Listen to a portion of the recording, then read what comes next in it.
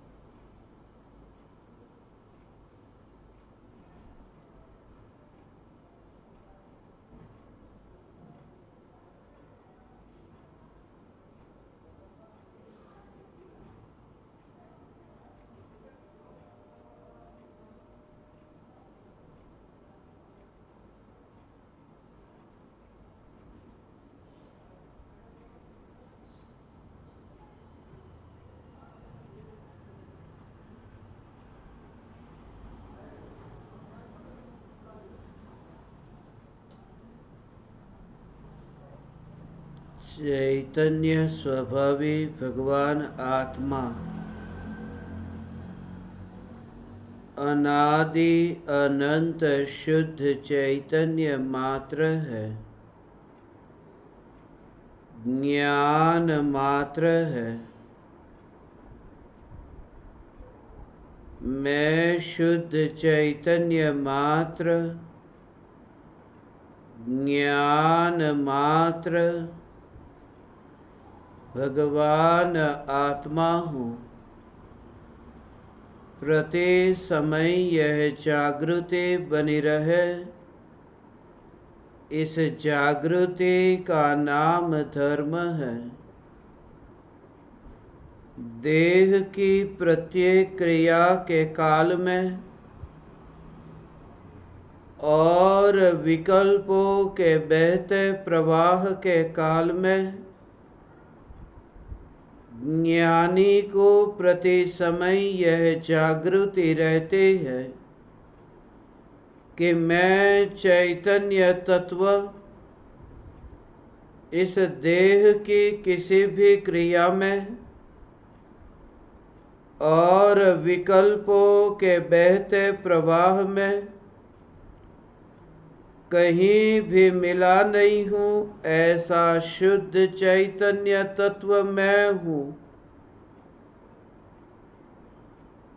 प्रति समय स्वयं की शुद्ध चैतन्य सत्ता का बोध आत्म जागृति ही धर्म है।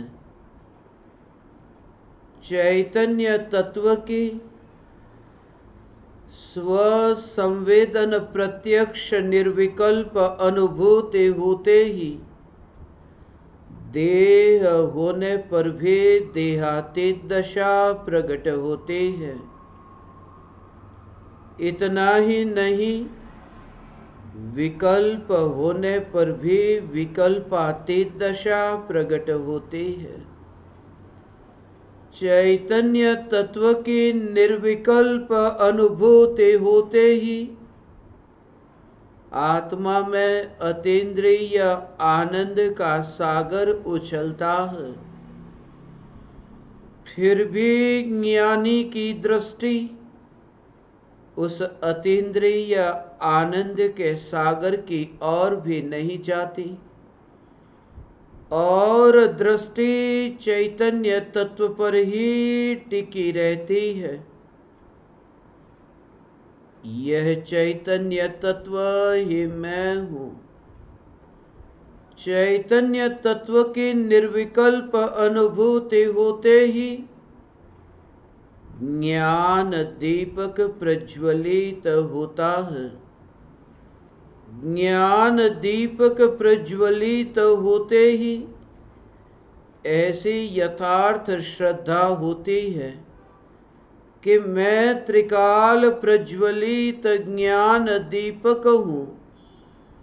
चैतन्य ज्योति की सत्ता के अतिरिक्त देह रूपी मिट्टी और रागादि भाव रूपी धुएं में कहीं भी फैला नहीं हूं। ज्ञान दीपक प्रज्वलित होते ही ज्ञानी स्वयं को राख की दीवार का पड़ोसी मानता है और मोक्ष मार्ग का मुसाफिर जानता है। मोक्ष मार्ग पर आरूढ़ ऐसी वितराग परिणति, मोक्ष मार्ग पर यात्रा करते हुए निर्मल परिणति की धारा, उस धारा में भी जो स्वयं को मिलता हुआ न देखे, स्वरूप का आश्रय लेने वाली पर्याय भी स्वरूप का आश्रय नहीं लेती ऐसा जिसे दिखाई दे, क्योंकि एक समय की पर्याय स्वयं ही इतनी परिपूर्ण सशक्त है कि पर्याय को द्रव्य का आश्रय लेने की जरूरत नहीं पड़ती। पर्याय का अस्तित्व पर्याय के कारण है, पर्याय द्रव्य के कारण नहीं।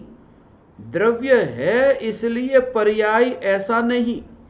पर्याय का स्वयं का स्वतंत्र अस्तित्व है, पर्याय का स्वयं का सत है, उत्पाद सत है, व्यय सत है और द्रव्य भी सत है। ये त्रिलक्षण परिणाम पद्धति जो वस्तु का स्वभाव है, प्रति समय उत्पत्ति और व्यय, ये उत्पत्ति और व्यय ऐसे जो ये पर्याय निरंतर जो पलट रही है, उन पर्यायों में स्वयं को मिलता हुआ न देखना, उन पर्यायों में स्वयं को मिलता हुआ न देखना और ये जागृति रहे। सम्यक दृष्टि ज्ञानी न देह में है न पर्याय में है। जहां मृत्यु होती है वहां वे वास नहीं करते, जहां मृत्यु होती है वहां वे जाते नहीं हैं। जन्म के प्रसंग में जाते नहीं, मृत्यु के प्रसंग में जाते नहीं। जन्म और मृत्यु के प्रसंग में जाते नहीं। यह चैतन्य चैतन्य चैतन्य चैतन्य चैतन्य, यह धारा निरंतर बहती है, यह धारा निरंतर बहती है। आज ही किसी ने मुझसे कहा, किसी के वहां पर मृत्यु हो गई, समय सार की स्थापना अब कैसे होगी? यह ग्रंथाधिराज समय सार उस ज्ञान दीपक के निवास स्थान पर अब कैसे पहुंचेगा? वहां तो मृत्यु हुई, सूतक लग गया। जहां सूतक लग जाए वहां वे पहुंचे कैसे? ये वाणी पहुंचे कैसे? ज्ञान पहुंचे कैसे? कुछ समय पहले मैं राजस्थान में था, वहां भी कोई कह रहा था कि किसी की प्रसूति हो गई है और प्रसूति के कारण उनके वहां भी सूतक लगा है। जन्म का सूतक लगता है, मृत्यु का सूतक लगता है, और जहां सूतक लगता है वहां समय सार नहीं पहुंचता है। यह तो कागज पर लिखा हुआ समय सार है, कागज पर लिखा गया समय सार, जिसे हम ज्ञान कहते हैं, जिसे हम श्रुत ज्ञान कहते हैं, जिसे हम द्रव्य श्रुत कहते हैं। यह ग्रंथाधिराज समय सार जो ज्ञान है, यह ज्ञान भी भगवान वहां नहीं जाता जहां सूतक हो, जहां जन्म और मरण हो। और यह तो कागज पर लिखा गया ज्ञान है, वह ज्ञान नहीं, वहां तो साई है, वहां तो कागज है। मगर यहां तो जीवंत ऐसा समय सार है, यहां त्रिकाल चैतन्य समय सार है। कागज पर लिखा गया समय सार जन्म और मृत्यु के सूतक के काल में वहां नहीं जा सकता है। तो तुम ये क्यों नहीं विचार करते कि जिन पर्यायों का जन्म है, जिन पर्यायों की मृत्यु है, वो उत्पाद व्यय वाली पर्याय के सूतक में ये त्रिकाल चैतन्य समय सार कैसे पहुंच सकता है? इसलिए ज्ञानी को स्वयं चैतन्य समय सार बिल्कुल अस्पर्शी दिखाई देता है, जो उत्पाद की भी स्पर्शना न करे, और व्यय की भी स्पर्शना न करे। हे चैतन्य परमात्मा, तो स्वयं चैतन्य समय सार है। उत्पाद और व्यय को तो तू जानता है, मगर उत्पाद और व्यय को जिस समय तू जानता है, उस समय उस सूतक में तो अपने को वहां पाता नहीं है। अपना अस्तित्व देखता है, इसलिए तो निर्भय रहता है, इसलिए तो निर्भय रहता है। बेटे की मृत्यु हुई तो बेटे के मुर्दे को देखता तो है न। बेटी की मृत्यु हुई, उस मृत्यु के काल में वहां जो जनाजा निकल रहा है वो तुझे दिखाई तो दे रहा है न। बस इतनी जागृति की दिखाई दे रहा है, ये देखने वाला नहीं मर गया। यह जागृति सम्यक दृष्टि ज्ञानी को प्रति समय विकल्पों की उत्पत्ति के काल में, विकल्पों की उत्पत्ति के काल में, देह की क्रिया के काल में ऐसा भेद विज्ञान बना रहता है कि वह देह में कहाँ है। क्योंकि ध्रुवता, ये ध्रुवता जहां सूतक लगता हो वहां जाती नहीं है। ध्रुवता जाती नहीं। जाने के लिए एक कदम उसे बढ़ना पड़े आगे, जाने के लिए उसे हिलना पड़े, जाने के लिए उसे थोड़ा तो चलित होना पड़े। मगर यह ध्रुव चैतन्य सत्ता तो अचलित है। यह ध्रुव चैतन्य सत्ता तो त्रिकाल स्वयं की सत्ता में स्थित है। ये जो स्थित है वहां पर गति कैसी? ये स्थित चैतन्य सत्ता में, ये मैं हूं, इसे कोई पहचान नहीं। पर्याय में जानना हो तो हो। मुझे किसी ने पूछा, इतने राज्यों की यात्रा, कितने कितने राज्यों में 1-2 महीने के अंदर ही पूरा भारत देश घूम लिया। मगर हर एक स्थान पर, हर एक स्थान पर पूरा देश घूम लिया। यह जागृति जो ध्रुव चैतन्य सत्ता है न, वह तो जानती भी नहीं है कि यह भारत है। ध्रुव चैतन्य सत्ता जानती भी नहीं कि यह भारत है। वो जानने वाली भी ज्ञान की एक समय की अवस्था है। जहां जानना हो रहा है, यह जानना ज्ञान की एक समय की अवस्था में हो रहा है। ध्रुव ने नहीं जाना। सामने जो देह के परमाणु जानने में आ रहे हैं, ये जानने में आ रहे हैं, वह एक समय की अवस्था में, वह सदा काल न रहेगी अवस्था। जैसे दर्पण के सामने ये देह है, तो देह यदि सदा काल न रहेगा तो दर्पण में बनने वाली जो अवस्था है वह अवस्था भी सदा काल नहीं रहेगी। देह भी अनित्य है और दर्पण में बनी हुई वह अवस्था भी अनित्य है। देह भी मैं नहीं हूं और ज्ञान दर्पण में जानने में आ रहा है कि यह देह उस जानने वाली अवस्था में भी ज्ञानी का एकत्व नहीं। इसलिए तो जानना जानना जानना, उसमें तन्मयता नहीं होती। जानना जानना जानना, इसमें प्रवाह होता है, साक्षी होता है, तन्मय नहीं होता। लोग आते हैं और जाते हैं, गाड़ियां रास्ते से निकलती है और जाती है, आती और जाती गाड़ी। जिस गाड़ी में मैं बैठता नहीं हूं, मैं दूर से देखता हूं कि गाड़ी आई और गई। जैसे तुम इतनी दूर से देखते हो, अपने को गाड़ी में बैठता हुआ नहीं देखते। गाड़ी निकली है, यह सच है। एक के बाद दूसरी गाड़ी आई, यह भी सच है। मगर मैं गाड़ी में बैठा नहीं हूं, मैं गाड़ी में बैठा नहीं हूं। ये जो जानना जानना जानना जानना ये चलता है। भावलिंगी मुनिराज वन विहारी संत, यह भूमि मुनिराजों की भूमि होगी। ये कर्नाटक की भूमि पर आकर के फिर ये भाव आया, यहां तो मुनि विचरण करेंगे, यहां आर्जिकाओं का विचरण होगा। ये तो वह भूमि है भगवान, मगर यहां मुनि विचरण करेंगे।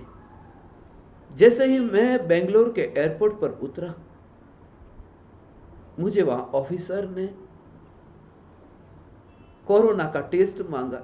पहले तो बताया ही नहीं था, एयरलाइंस वालों ने बताया नहीं था कि कोरोना का टेस्ट जरूरी है। मैंने सोचा कि मेरे पास में वैक्सीन का सर्टिफिकेट है, काम हो जाएगा।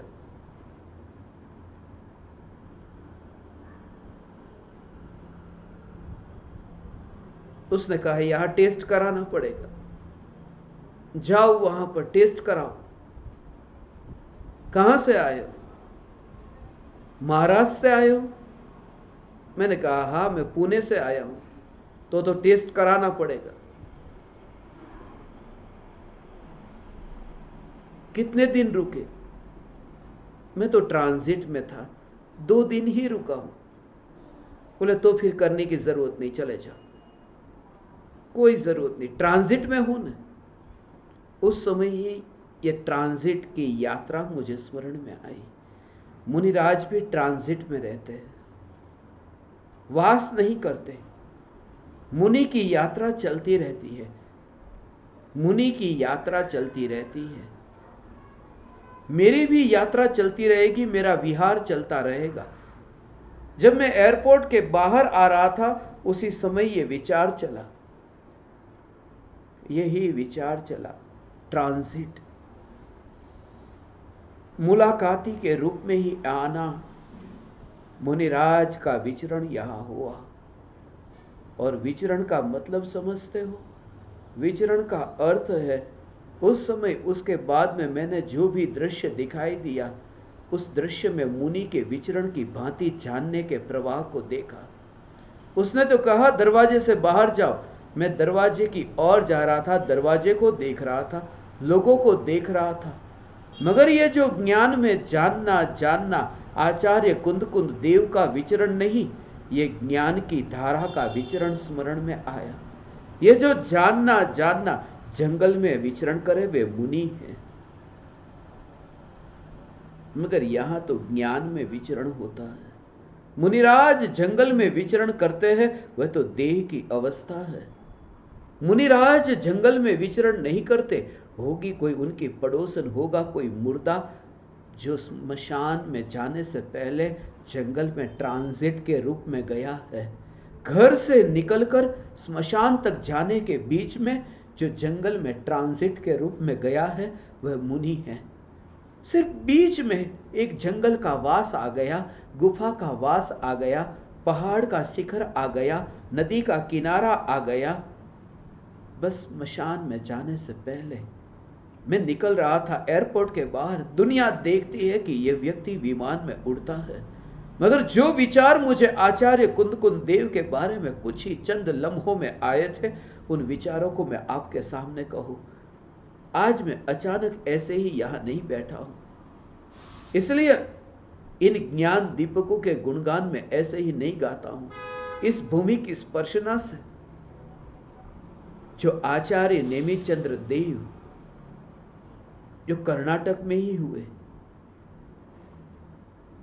उनके शास्त्र, प्राचीन ग्रंथ सब मुझे स्मरण में आए। मुझे लगा नहीं, यहां पर भी पहली बार आना हो रहा है। यहां पर भी ट्रांजिट के रूप में बहुत बार आ चुके। मुनिराज का जब विचरण होता है, मुनिराज का भगवान, हे ज्ञान दीपक, मुनिराज की पड़ोसन जंगल की ओर जाती है और फिर स्मशान की ओर जाती है। तो उस चैतन्य स्वरूप की गहराई में इतनी डुबकी लगा कि पड़ोसन के ट्रांजिट के जाने आने, उनके विकल्प में तुझे कहीं उलझना ही नहीं पड़े। तो अपने घर में रह, वहां पर ट्रांजिट में कौन है, ये तेरा काम नहीं, ये तेरा काम नहीं। मैंने कोई नौकरी थोड़ी की है एयरपोर्ट पर कि कौन ट्रांजिट में है। मैं तो अपने घर में बैठा हूं, उसका हिसाब नहीं रखता हूं कि ट्रांजिट में कौन आया और कौन गया। मुनिराज की वह दशा है कि देह के परमाणु तो एक पेड़ की छाया के नीचे बैठे हुए, ये देह के परमाणु। मुनिराज की वह दशा कि जो पेड़ की छाया के नीचे ऐसे बैठे हुए हैं। पेड़ की छाया के नीचे मुनिराज बैठे हुए दिखाई देते हैं, मगर मुनिराज की जो परिणति, मुनिराज की जो वितराग परिणति, वह तो न्यायक देव के वृक्ष की छत्र छाया में वहां नीचे बैठी है। वो परिणति छाया को भोगती है, छत्र छाया में बैठती है। परिणति वहां चैतन्य चैतन्य चैतन्य वृक्ष के तल पर वहां परिणति बैठती है और तृप्त होती है। मगर उसे पेड़ से क्या लेना देना, पेड़ से क्या रिश्ता। मुसाफिरों का रिश्ता पेड़ के साथ नहीं हो जाता। पेड़ किसी मुसाफिर को छाया दे भी दे, मगर पेड़ खुश नहीं होता। पेड़ जैसे निर्विकल्प छाया है, मगर छाया में किसी को दो इतना भी भाव नहीं है। त्रिकाल ध्रुव चैतन्य तत्व की शरण में आने वाली जो पर्याय है, उस पर्याय को मैं शरण दूं, ऐसा भी जिस न्यायक देव में विकल्प नहीं। यह चैतन्य चैतन्य, ये चैतन्य चैतन्य चैतन्य चैतन्य चैतन्य चैतन्य, ये चैतन्य, ये ध्रुव पर्याय आई, वास किया। कोई पेड़ के नीचे आया और कोई नहीं आया, मगर पेड़ तड़पता नहीं है। पेड़ न तो खुश होता है न दुखी होता है। पेड़ पेड़ है। और यह जागृति, यहां पर इतने पेड़ हैं, इन पेड़ों को देख करके यही विचार आया था कि पेड़ की छाया के नीचे अनंत अनंत मुसाफिर आए, मुसाफिरों से मेरा रिश्ता नहीं। मैं ध्रुव न्यायक देव, अनंत काल तक सिद्ध शिला पर अनंत आनंद को भोगने के सपने तुम मत देखो, वरना तुम कीचड़ में गिर रहे हो। अनंत सिद्धों के साथ में सिद्ध शिला पर बैठूंगा, ये सपने मत देखो। यही तो कीचड़ है। कीचड़ है क्या? उलझना, यही तो कीचड़ है। कोई व्यक्ति स्त्री में उलझता है, कोई व्यक्ति पुरुष में उलझता है, कोई व्यक्ति धन में, कोई व्यक्ति पद में, और कोई व्यक्ति तीर्थंकर परमात्मा की दिव्य ध्वनि में, और कोई व्यक्ति अनंत सिद्धों के संग आनंद भोगने की कल्पना में। ये अटकता है, कहीं ना कहीं अटकने का बहाना चाहिए। तुम सभी लुभावने वाले निमित्तों से बच जाना, फंस मत जाना। मन कहेगा आज का भाव बहुत अच्छा था, सिद्धों के अतिरिक्त कहीं जाना नहीं, सिद्धों के अतिरिक्त कोई संग चाहिए नहीं। मन तो यही कहेगा, मगर तुम्हारी श्रद्धा यही कहे कि वह भाव भी मैं नहीं। स्वभाव से पहचान है, क्योंकि ये इन भावों में आकुलता है और मैं चैतन्य तत्व अनाकुल हूं, इसलिए मेल नहीं खाता। एक समान रिश्ता कैसे, ये दोस्ती हो कैसे? इन दोनों के बीच में जहां त्रिकाल ध्रुवता और ये अनित्य प्रवाह, ये विकल्पों का प्रवाह। हे ज्ञान दीपक, तो भविष्य में मुनि हो, तो भविष्य में आर्जिका हो, मगर जागृति रहे कि उसके सपने में रस मत लेना, तो मुनि हो जाएगा। ये दशा प्रकट होगी, सपने में रस मत लेना। मुझे मुनि होने के सपने में रस नहीं, बस मैं ध्रुव चैतन्य चैतन्य चैतन्य चैतन्य। इसलिए तो हे ज्ञान दीपक, ये यात्रा भी अब लंबी न चलेगी। लंबी यात्रा तो अब हो चुकी, जितनी होनी थी उतनी हो चुकी। अब यात्रा ये लंबी न चलेगी। ट्रांजिट में जिनको जिनको जाना था वो चले गए। यह परमाणु भी बस बहते हुए ऐसे दिखाई देते हैं। मैं वहां नहीं, मैं मध्यलोक में हूं या फिर मैं अधोलोक की वैतरणी में हूं, मैं वहां नहीं, उसमें रुचि नहीं।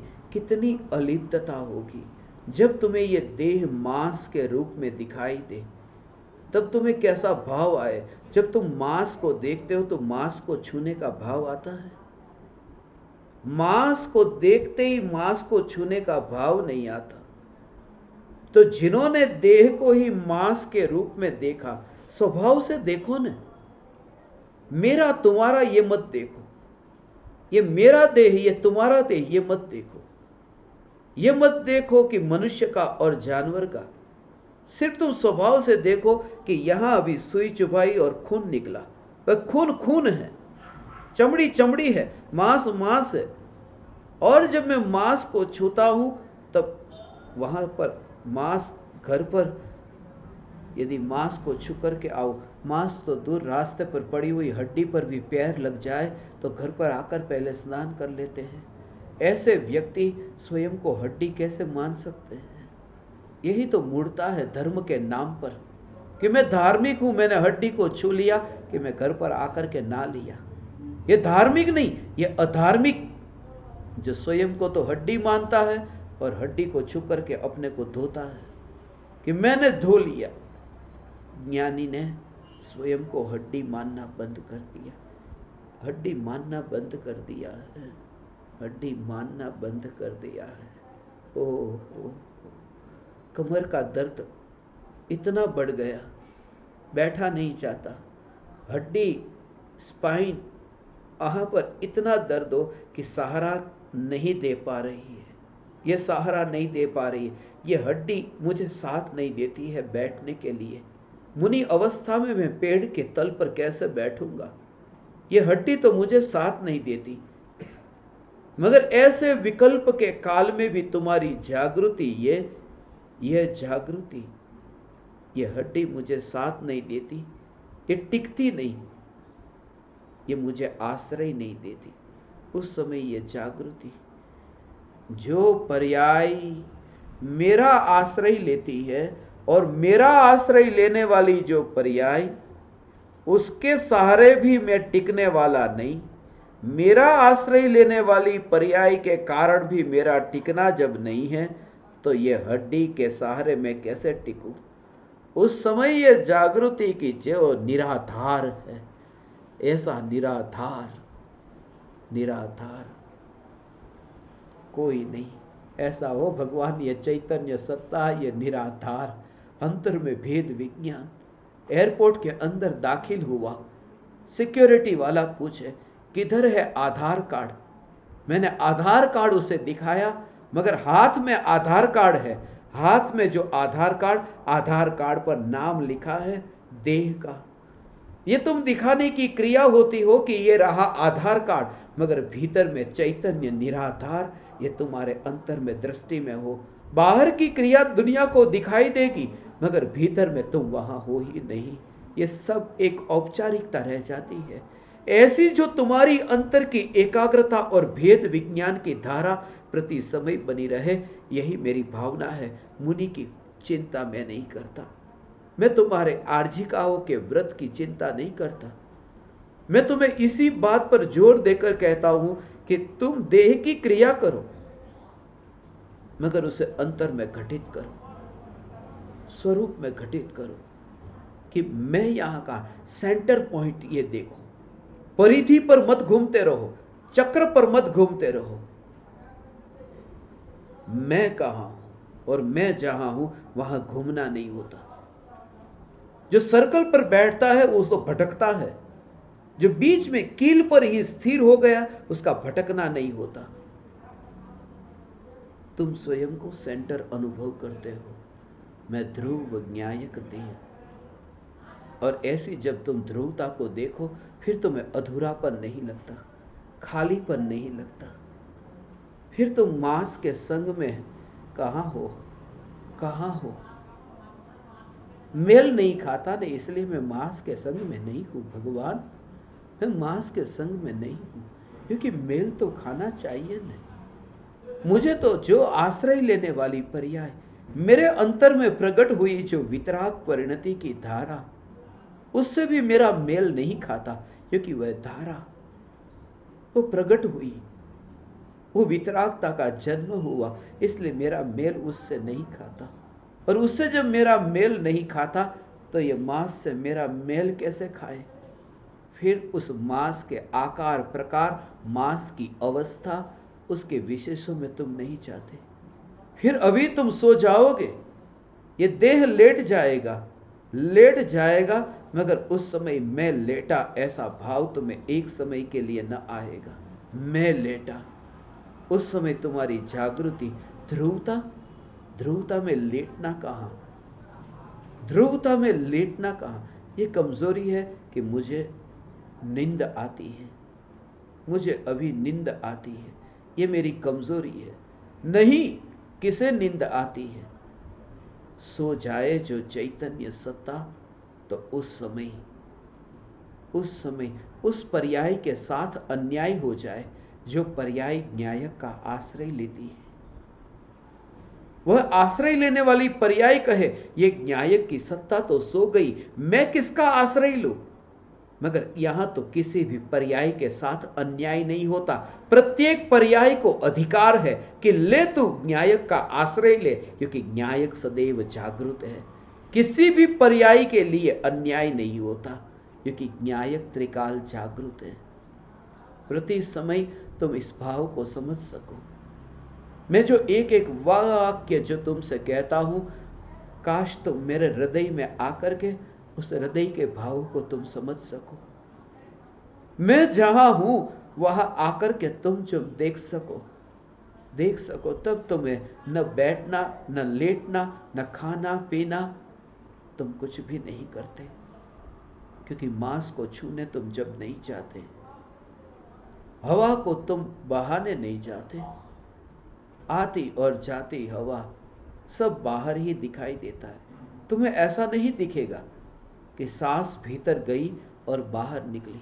यदि तुमने देह माना होगा तो तुम मानोगे कि मेरे भीतर सांस गई और मेरे भीतर में से वह सांस अंदर से बाहर आई।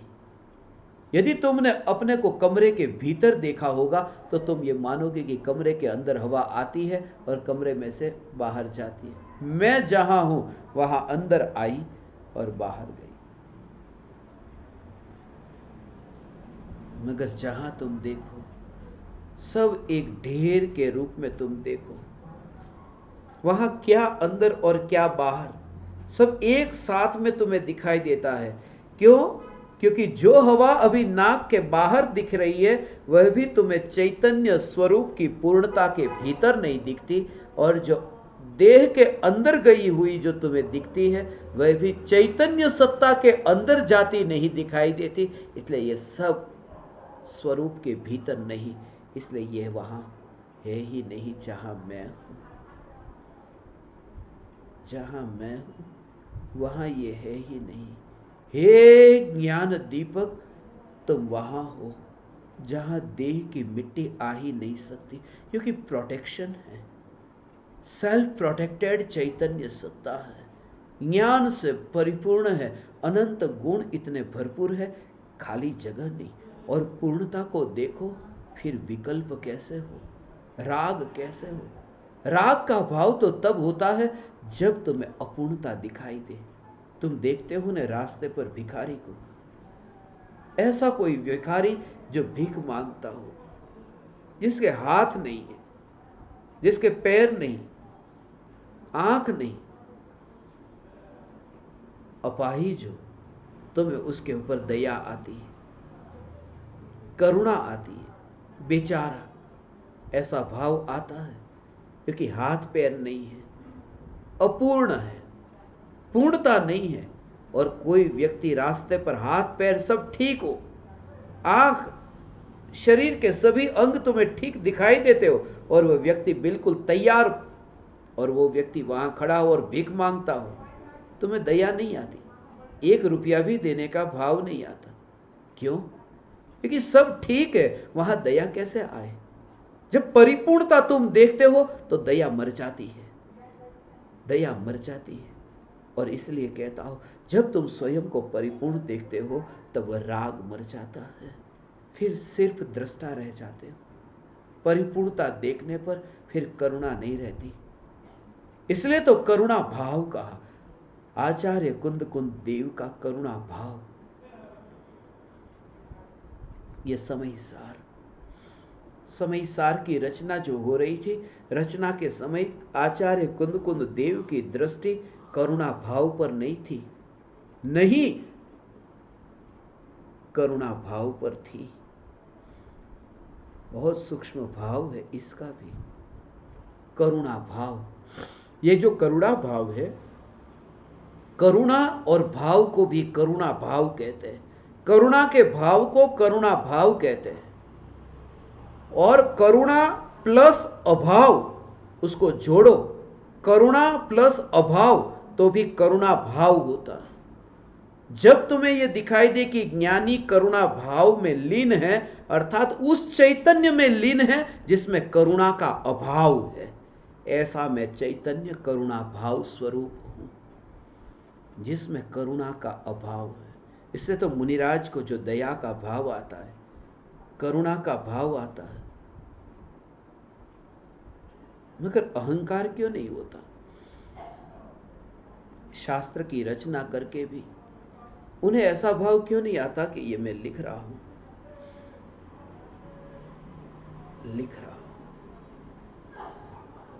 कुछ नहीं। वहां से नजर हट गई। कौवे को देखते हो ना, रास्ते पर मरा हुआ जानवर हो, जानवर में वहां पर चोंच से वो जानवर जैसे चोंच मारता हो, कुआ जैसे जानवर के शरीर के ऊपर चोंच मारता हो ने, नोचता हो उसे जैसे, और उस दृश्य को तुम देख करके मजा लेते हो, नजर हटा लेते हो, घुमा लेते हो। रास्ते पर गाड़ी से जाओ और सड़क पर किसी कुत्ते की, किसी जानवर की मरी हुई काया हो, उसे तुम देखते नहीं, नजर हटा लेते हो, क्योंकि देखना अच्छा नहीं लगता। मुर्दा है ना, मुर्दे में, हाँ जिंदा होता तो देखने में तकलीफ ना होती। कभी कभी तुम्हें हुआ होगा कि मरा हुआ जानवर है, वहां जाके पता चले कि कपड़ा पड़ा है, तुम्हें शांति लगती है कि हाँ चलो कोई जानवर मरा नहीं, ये तो कपड़ा है। मरा हुआ जानवर देख नहीं सकते तुम अपनी आंखों से, दृष्टि वहां तुम्हारी जा नहीं सकती मृत देह पर।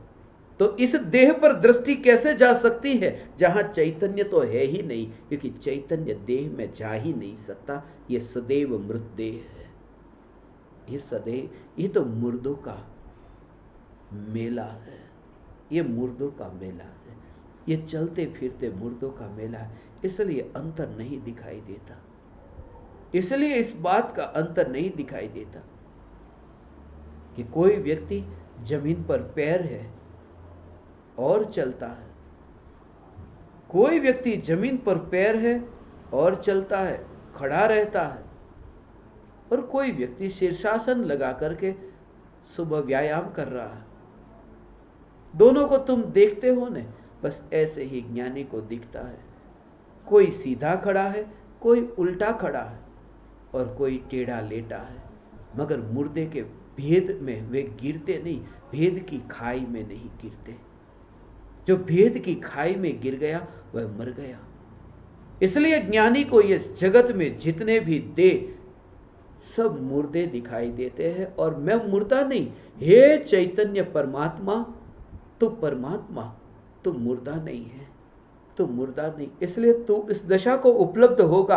आज तेरे अंदर जो ये भाव तो जगा है ने, तुझे जो ये सुनने की जो रुचि तो जगी है ने, तो आचार्य कुंद देव जब होगा तब होगा भगवान। आज तेरी शुरुआत तो हो गई, तेरे कान में ये पुकार पड़ी, यही महा महा महाभाग्य है कि मैं चैतन्य परमात्मा। तब तुम अपने को आंख कैसे मान सकते हो, कान कैसे मान सकते हो, और वो भी जीवंत साक्षात चैतन्य की मूर्ति कैसे समाए, कैसे समाए। तुम स्वयं ही तो विचार करो। नाए धोए ऐसे हो, फिर भी भगवान की प्रतिमा को छू नहीं सकते। छूने की बात तो दूर, छूने की बात तो दूर। स्त्री तो मंदिर में प्रवेश करने का भी मना कर दिया ना, कि अरे तुम अभी मंदिर में प्रवेश नहीं कर सकती, क्योंकि मलिनता है, कचरा है, मलिनता है। परमात्मा की प्रतिमा को छू नहीं सकती, अंदर जा भी नहीं सकती, क्योंकि वहां तो परमात्मा की प्रतिमा है। प्रतिमा को कैसे छुए, मांस खून प्रतिमा को कैसे छुए। जब तुम्हें इतनी समझ है तो यह समझ क्यों नहीं आती कि चैतन्य प्रतिमा जो है उसे यह मांस कैसे छू सकता है। यही मांस जीवंत चैतन्य प्रतिमा में कैसे छू सकता है, कैसे नजदीक आ सकता है। नजदीक आ जाए तो चैतन्य प्रतिमा ही मलिन हो जाए, दूषित हो जाए, फिर पर्याय पूजा किसकी करे, पर्याय किसकी शरण में जाए।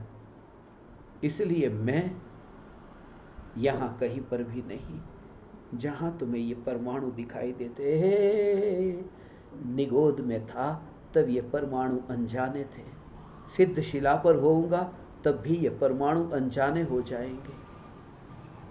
इसलिए तो परमात्माओं का मेला, इसलिए तो मुझे नयापन नहीं लगता। मैंने इसलिए कहा मैं यहां आया, नयापन नहीं लगा।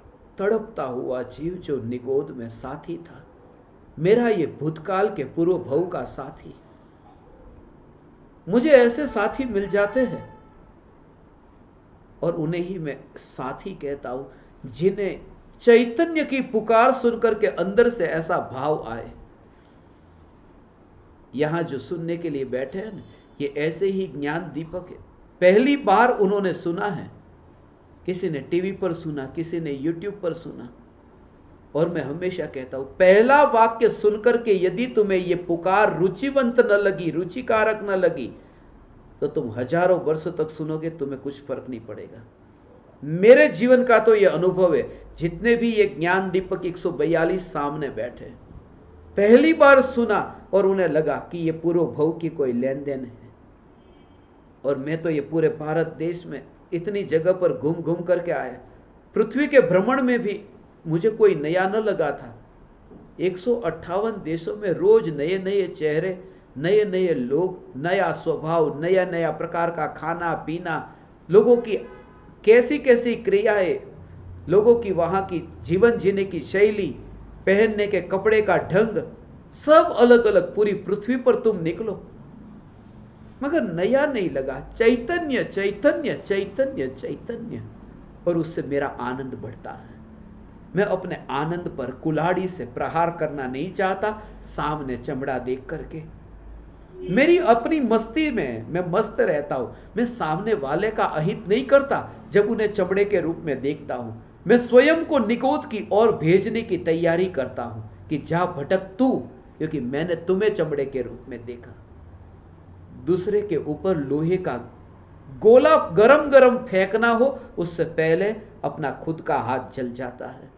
दूसरों को तो जब लगे या न लगे पता नहीं, खुद का हाथ तो जलेगा। दूसरे को देह के रूप में देखने वाला दूसरे को पीड़ा पहुंचाए या न पहुंचाए पता नहीं। एकमात्र चैतन्य चैतन्य चैतन्य। मैं तुम्हें उस स्थिति में देखना चाहता हूं। अभी 2 दिन पहले ही मुंबई में कार्यक्रम था, ज्ञान दीपक के वहां पर कार्यक्रम था। उनके कोई पड़ोसी आए होंगे, उन्होंने मुझसे कहा ये दूसरी कास्ट के लोग हैं, ऐसा कहा, दूसरी कास्ट के, उनको कुछ और बोध देना, उनके लिए कुछ और समझाओ। उनके सामने ये दूसरी कास्ट के लोग हैं। ये समयसार तुमने पचाया? मुझे तो पता भी नहीं, मुझे पता भी नहीं। ऐसे ज्ञान दीपक है। मैं कहता हूं ना, दिल्ली में एक ज्ञान दीपक, जो प्रत्यक्ष ज्ञान दीपक राजेश के वहां पर मैं गया, जिनके वहां मैंने अपना घर बना लिया। जिस समय मैंने उसे ज्ञान दीपक बनाया था, मुझे पता ही नहीं था ये जैन है अजैन है, कभी सोचा भी नहीं था। और चैतन्य चैतन्य, उनकी जो साधना का रिपोर्ट आता था, वो साधना का रिपोर्ट देख करके मुझे लगता था ये विरला जीव है। उसमें जो उनकी कमेंट्स में पढ़ता था, उनका जो लिखा हुआ पढ़ता था, बस ये कोई भव्य जीव है। मगर जब मैं उनके वहां पहली बार गया, दरवाजे पर ही देखा, अंदर जाकर के इतनी बड़ी तस्वीर वैष्णव देवी की, पता ही नहीं ये तो जैन है कि कौन है। तो पंजाबी कोई निकले ऐसे, क्या फर्क पड़ता है। उनके घर पर भी गया और उनके पूरे परिवार के साथ में जो उनके बच्चे, इतनी आत्मीयता हमारे साथ में ऐसे जुड़ गई। जो चैतन्य में बोलता हूं, आप तो कुछ नहीं, मुझे मना करते, मैं वहां 2-2 बजे तक रात को जगता हूं, बैठता हूं। कहते हैं जल्दी सो जाओ, मगर मैं बैठता हूं, सत्संग होता है। जैन, ये मैं बोलूं ना तो भी मुझे झंझता नहीं है। ये तो तुम्हें समझाने के लिए कहना पड़ रहा है कि दूसरी कास्ट, ये कास्ट, क्या लगा रखा है? ये समयसार जिसके हाथ में आए और कास्ट।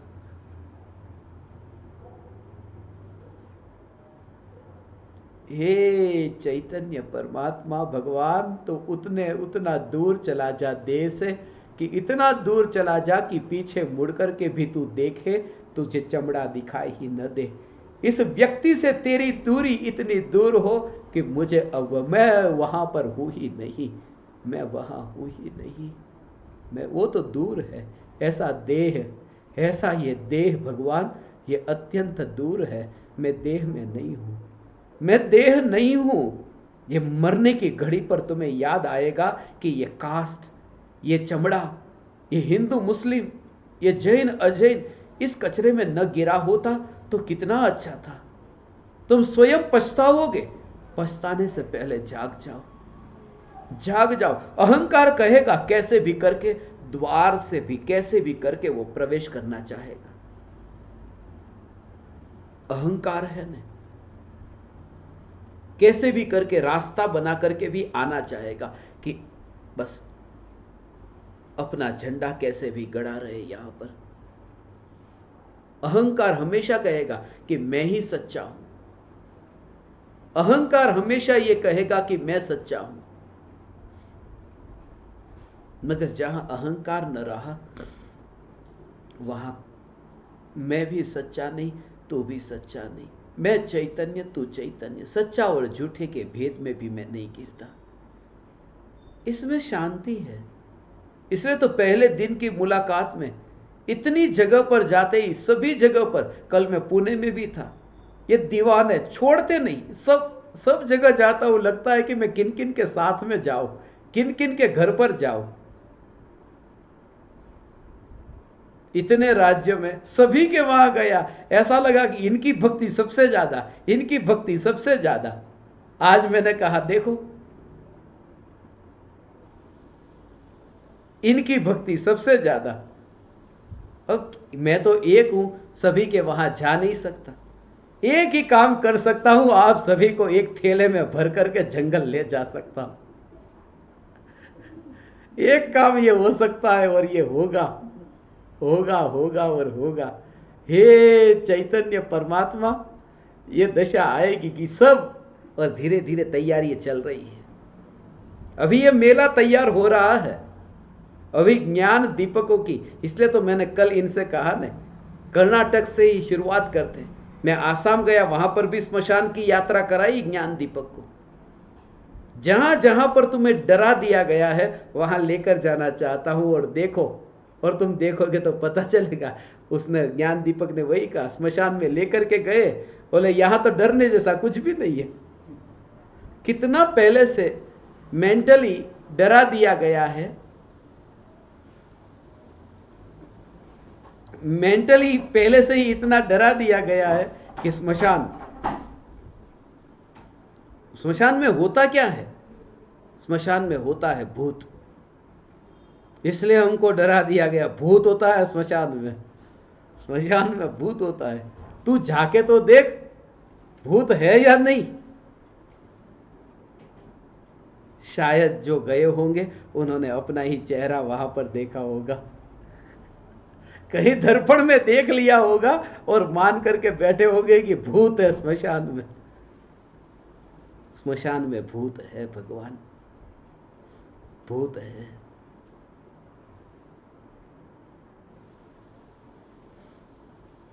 मुझे स्मशान में आज तक भूत नहीं दिखाई दिया। मुझे मेरी पड़ोसन का भविष्य दिखाई दिया। भूत नहीं दिखाई देता, पड़ोसन का भविष्य दिखाई देता है। भविष्य में कहीं जाना हो, उस जगह को देख लेते हैं, थोड़े देर के लिए उस जगह को देख लेते हैं। वहां पर जाने से पहले ऐसे ही ये देह वहां पर पहुंच गया, थोड़े समय के लिए वहां स्मशान में पहुंच गया। कल मैं कोशिश करूंगा ज्यादा से ज्यादा ध्यान से पूर्व तत्व विचार हो। तुम्हारे कान में चैतन्य चैतन्य चैतन्य की पुकार यहां से सबसे अधिक पहुंचे। तुम्हारे कर्ण प्रदेशों के साथ में ये चैतन्य की पुकार टकराए और भीतर में ये टकराहट से न्यारा मौन अनुभव में आए। ये भाव भी मुझे आया कि यहां से जितनी ज्यादा से ज्यादा तुम्हारे कर्ण प्रदेशों तक चैतन्य की पुकार पहुंचे, यहां से नहीं पहुंचेगी तो कहां से पहुंचेगी? कर्नाटक में से कर्ण तक बात नहीं पहुंचेगी तो कहां से पहुंचेगी? ये तो कर्नाटक है, मगर कर्ण पर जो वाणी आती है उसमें अटक मत जाना, इसी का नाम कर्नाटक है। कर्नाटक में मत अटकना। हे चैतन्य परमात्मा, तो कर्नाटक में मत अटकना। तो कर्नाटक के लिए नहीं है, तो अनंत की यात्रा के लिए है। भगवान आत्मा, ये चैतन्य चैतन्य चैतन्य चैतन्य, हे ज्ञान दीपक, इस भूमि से भी मैंने आज बहुत पाया। हो सब बाकी था, ये अधूरा था, अधूरा था। 158 देशों की यात्रा तो हुई, मगर ये कर्नाटक बेंगलोर अधूरा था। इसके बिना सब अधूरा था। साउथ इंडियन खाया बहुत था, साउथ इंडियन से ऐसा मिलना नहीं हुआ था।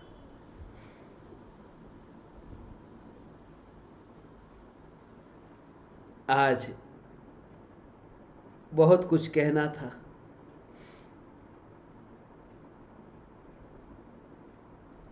इन ज्ञान दीपकों की भावनाओं के बारे में। मैंने भी इनकी भावनाओं को देख करके प्रत्यक्ष ज्ञान दीपक इन्हें बनाने का विचार किया। 119, 120, 121 ये 3 स्थापना अभी यहां हुई।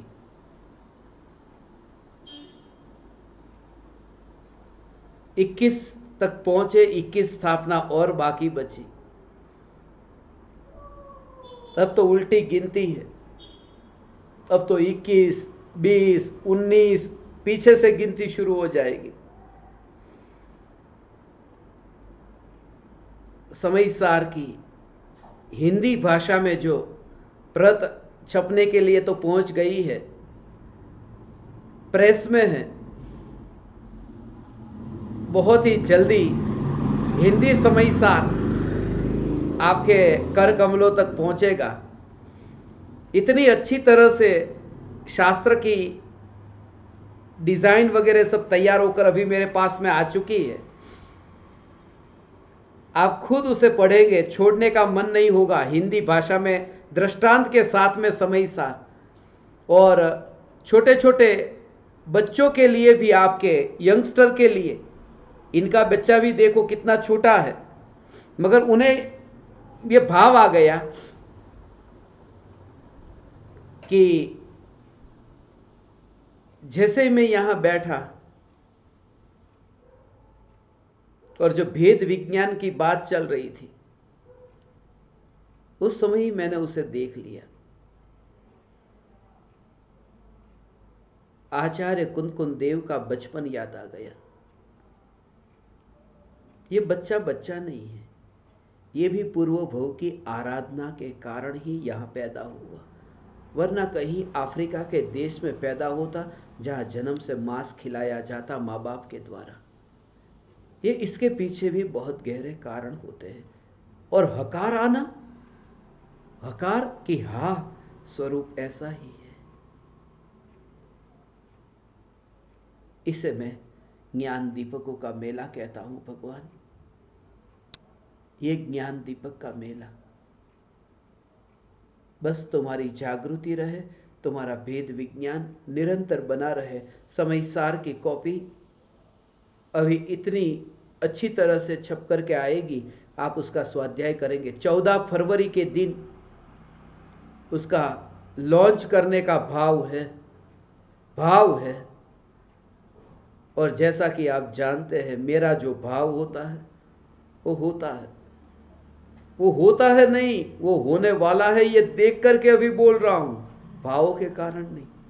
14 फरवरी को समय सार की हिंदी भाषा में जो प्रत सभी के पास पहुंच जाएगी, कम से कम पीडीएफ फाइल तो पहुंच ही जाएगी।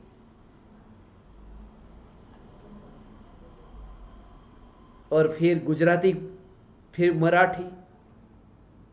अब थोड़ा चुप थोड़ी बैठेंगे, कन्नड़ में भी नहीं होगा, कर्नाटक में आए हैं तो सभी में ये वाणी पहुंचेगी। मुझे तो लोभ बहुत है, बहुत लोभी हूं, थोड़ा मिले तो और ज्यादा। मगर रोज रोज नए नए ज्ञान दीपकों से, साधकों से मिलकर के ऐसा भाव आता है कि ये सभी को इतनी अलग अलग जगह पर नहीं, ये सभी को एक ही जगह पर रहना चाहिए। मगर एक ही जगह पर रहे तो कहाँ रहे कि बस जंगल में जाकर के मुनि व्रत का पालन करे।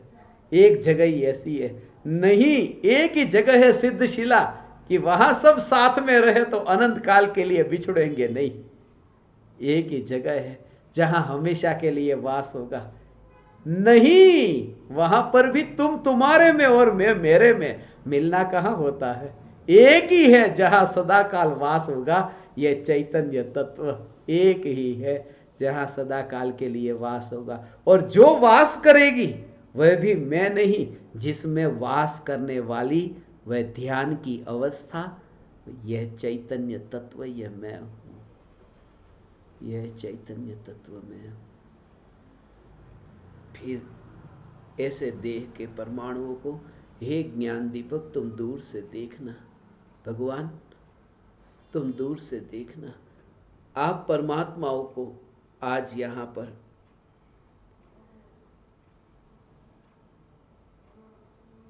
कोरोना की वजह से सभी को बुलाया नहीं, यहां पर मैंने ही मना किया है, भीड़ को अभी इकट्ठी नहीं किया। नहीं तो सबके रिश्तेदार, कोई बीमार है, सभी को यहां आने की भावना तो थी। मगर जहां जहां मैं जाता हूं वहां आपकी याद आती है। आपके लिए इतना मटेरियल तैयार करके रखा है।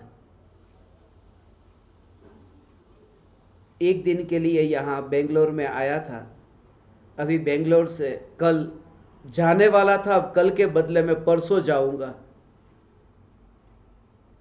परसों मुंबई पहुंच करके मुंबई में जो अधूरी स्थापना है वो सभी स्थापना मुंबई की पूर्ण होगी।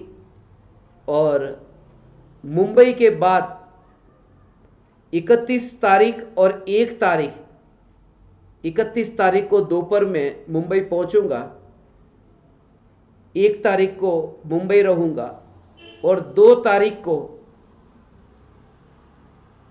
दूसरा महीना 2 तारीख और 22 की साल को, 2 गजपंथा, 2 गजपंथा, टूवर्ड्स गजपंथा। गजपंथा का स्मशान बहुत याद आ रहा है। इस बुद्धि को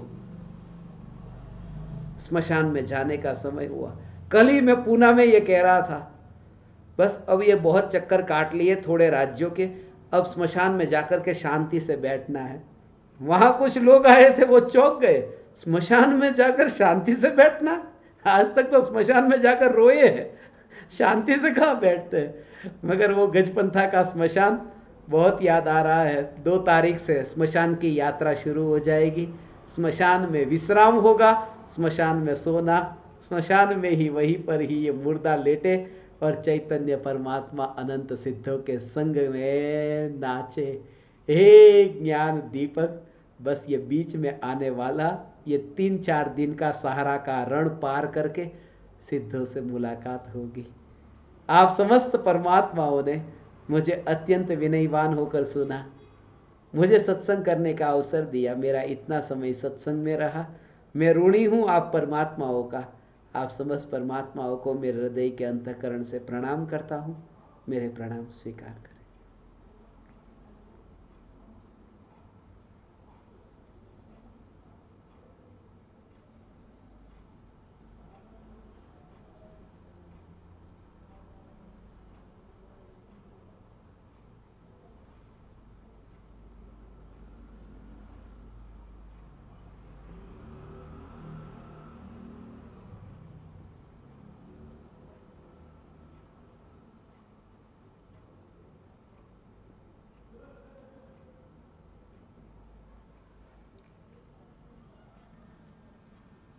अहो अहो श्री सद्गुरु करुणा सिंधु अपार,